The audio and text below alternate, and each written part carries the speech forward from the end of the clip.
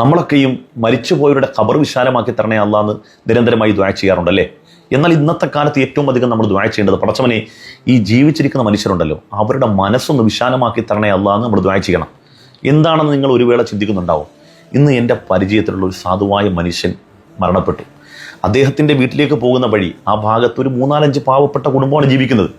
ഒരാൾക്ക് മാത്രം നടന്നു പോകാനുള്ള വഴിയാണ് കൊടുത്തിരിക്കുന്നത്. ഈ സമീപത്തൊക്കെ അത്യാവശ്യം സാമ്പത്തികമായി ഉന്നമനത്തിലുള്ള ആളുകളുടെ വീടുണ്ട്. അവരെല്ലാം ഈ മതിൽ എത്രത്തോളം ഈ വഴിയിലേക്ക് ഇട്ട് കെട്ടാമോ അത്രത്തോളം തള്ളിയിട്ട് കെട്ടിരിക്കുകയാണ്. ഇതൊന്നുമല്ല പ്രശ്നം. ഈ പാവപ്പെട്ടവൻ്റെ മയ്യത്ത് ആളുകൾ പ്രയാസപ്പെട്ട് ഈ ഒരു വഴിയിലൂടെ കൊണ്ടുവരാണ്. വലിയ പ്രയാസം ഈ മയ്യത്ത് കൊണ്ടുവരാൻ. ഈ മയ്യത്ത് ഒരു പ്രത്യേക ഭാഗത്തെത്തിയപ്പോഴേക്കും പിന്നെ തിരിയുന്നില്ല, വളമാണ് അവിടെ. ആ മയ്യത്ത് തിരിയുന്നില്ല. ഒരുപാട് പണിപ്പെട്ട് ഒരു 10-15 മിനിറ്റ് എടുത്തതിന് ശേഷം അവസാനം ഈ മതിലിൻ്റെ മുകളിലൂടെയാണ് ഈ മയ്യത്ത് അവിടെ കുടുങ്ങിപ്പോയി. മതിലിൻ്റെ മുകളിലൂടെയാണ് മയ്യത്ത് ഇങ്ങനെ പൊക്കി ഉയർത്തിയത്.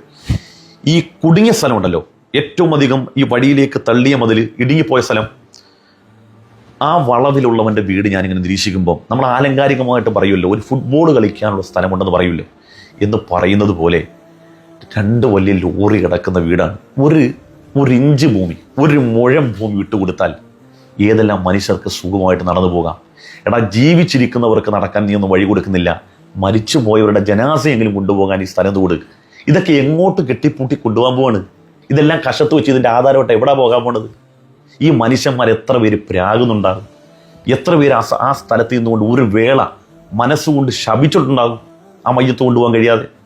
ഇങ്ങനെ നീയൊക്കെ മനുഷ്യർക്ക് വഴിവിട്ടു. ഇത് ഒരുപാട് സ്ഥലത്തുണ്ട് ഈ പ്രശ്നം. ഒരുപാട് സ്ഥലത്ത് ഇല്ലായ്മക്കാരൻ താമസിക്കുന്ന സ്ഥലത്ത് വഴിവിട്ട് 1 ഇഞ്ച് ഭൂമി വിട്ടു കൊടുക്കില്ല. എങ്ങനെ? സ്വന്തമായിട്ട് കോടിക്കണക്കിന് സ്വത്തുണ്ടായാലും കുടുംബപരമായിട്ട് എന്തെങ്കിലുമൊക്കെ ഓഹരി ഒരു 1/2 സെന്റ് ഭൂമിയെങ്കിലും വിട്ടുകിട്ടാൻ സാധ്യതയുണ്ടെങ്കിൽ അതിനുവേണ്ടി കലഹം ഉണ്ടാക്കി ഭിന്നിപ്പുണ്ടാക്കി കാലങ്ങളോളം മിണ്ടാൻ പരസ്പരം സലാം പറയാൻ നടക്കുന്ന അത്രയും ഇടുങ്ങിയ മനസ്സുള്ള ആളുകളാണ്. എന്നാൽ ഈ മനുഷ്യരാരും നിസ്കാരവും നോമ്പും ഹജ്ജും ഉംറയൊന്നും ഇല്ലാത്തവരൊന്നുമല്ല. എല്ലാം ഉള്ളവന്മാർ തന്നെ. ദീനൊന്നും ഒരു കുറവില്ല. പക്ഷേ വിട്ടുവീഴ്ചക്ക് അവരും തയ്യാറല്ല. തൻ്റെ മുതൽ ഒരു രൂപ മുതൽ നഷ്ടപ്പെടുന്നതിന് ആരും തയ്യാറാകത്തില്ല. അതാണ്. പിന്നെ എന്തിനാണ് ഈ ദീനുമായിട്ട് നടക്കുന്നത്? പിന്നെ നമ്മൾ എന്തിനാണ് ഇതുകൊണ്ട് ഈ മുസ്ലിമാണെന്ന് പറഞ്ഞ് നടക്കുന്നത്? ഒരു മുസൽമാൻ ഏറ്റവും അധികം വേണ്ടത് വിശാലമായ ഹൃദയമാണ്, വിട്ടുവീഴ്ച മനോഭാവമാണ്. ആർക്കാണെന്ന് പറഞ്ഞാലും ഇപ്പം നമ്മൾ എന്തെല്ലാം കെട്ടിക്കൂട്ടിയാലും ഇപ്പം വിട്ടുകൊടുക്കാൻ ആഗ്രഹമില്ലെങ്കിലും വിട്ടുകൊടുക്കാൻ ആഗ്രഹമുള്ളൊരു സമയം വരുമല്ലോ.